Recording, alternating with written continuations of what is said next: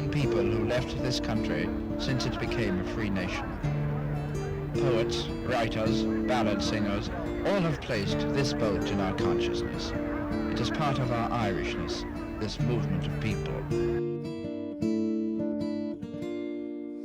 53 and the factories are closing. There's not enough work to go round. My brother, he stuck to the farming, and I headed out for London town. South Camden and I'm in my lodgings. The room is both dirty and small, but the landlady's simple and friendly, makes up for the damp on the wall. She makes up for the damp on the wall.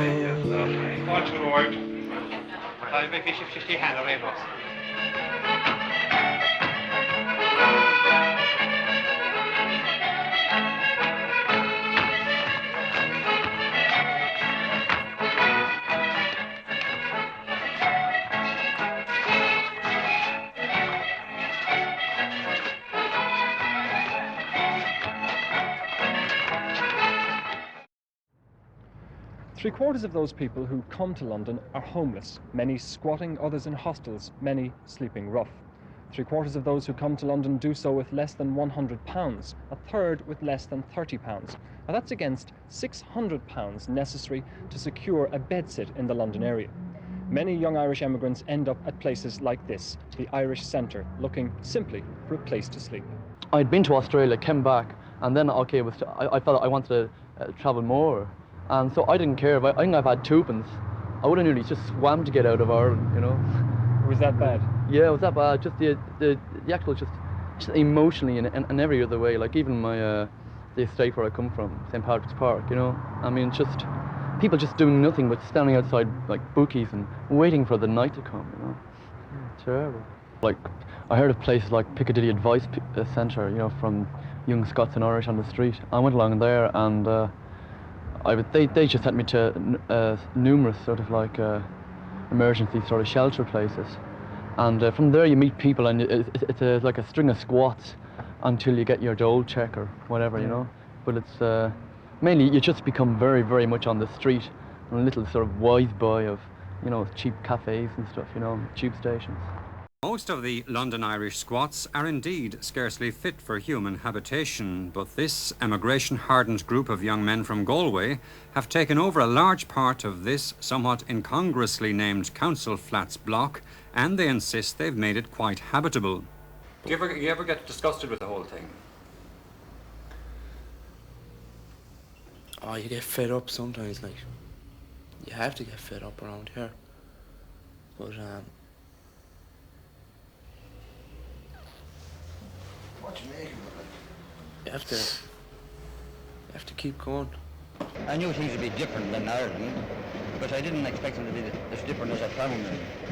I knew they spoke English, and well, I thought it was our English, but instead of that I discovered it was sort of an Oxford accent. And I found that, well, I wasn't educated enough. And you found the accents difficult? I did, yes. What other kind of things puzzled you? Oh, well, when I saw the escalator first, from the underground, it was a bit of a headache, but I got used to it. Could I stop you, please? Are you English? Yes. We are from Irish television. Could I ask you a question or two? Do you know anything about Ireland? No. You've never been? You've been to Ireland. When I was 8. When she was 8 years old. Is that all? Yes. Do you know anybody who is Irish? No, No? not really. If I said to you, do you have an image of Ireland and the Irish in your mind at the moment, what would you say? Valdunican. Thank you. If I said to you, do you have a mental image of Ireland and the Irish, what would you say? What, Southern or Northern? Either, or both. Mental image of Southern Ireland is green, grass. A mental image of Northern Ireland is corrugated iron. Why corrugated iron? All them blown up buildings. Do you know who would be responsible for the problems in Northern Ireland?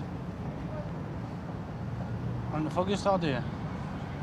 So you don't see any sort of solution in the near future? Send them all back and let them blow each other up. I hear the southern island is better than the northern island, more picturesque, etc. Why so? I don't know. It's more picturesque because I think it's not a part of the UK. And if I asked you, had you any image of Ireland and the Irish in your mind at the moment, what would you say? What image of the Irish? Yes. Well, the Irish that I know, I would say friendly, really. We know that there's trouble in Ireland, but through all the trouble, there are still friendly people. And could it mean too that you've become a bit less Irish and more, maybe a little English by now? Well, you're inclined to go the English way of life when you arrive here. Do you have any regrets about doing that? No. Arrival demands an immediate process of orientation, finding your way about, the grind of looking for a job and for somewhere to live. Many emigrants have friends and relatives to help them. They can bypass the employment agencies and the various Irish institutions. They can vanish quite easily. Just like me, I am heading back for London town. I am heading back for London town.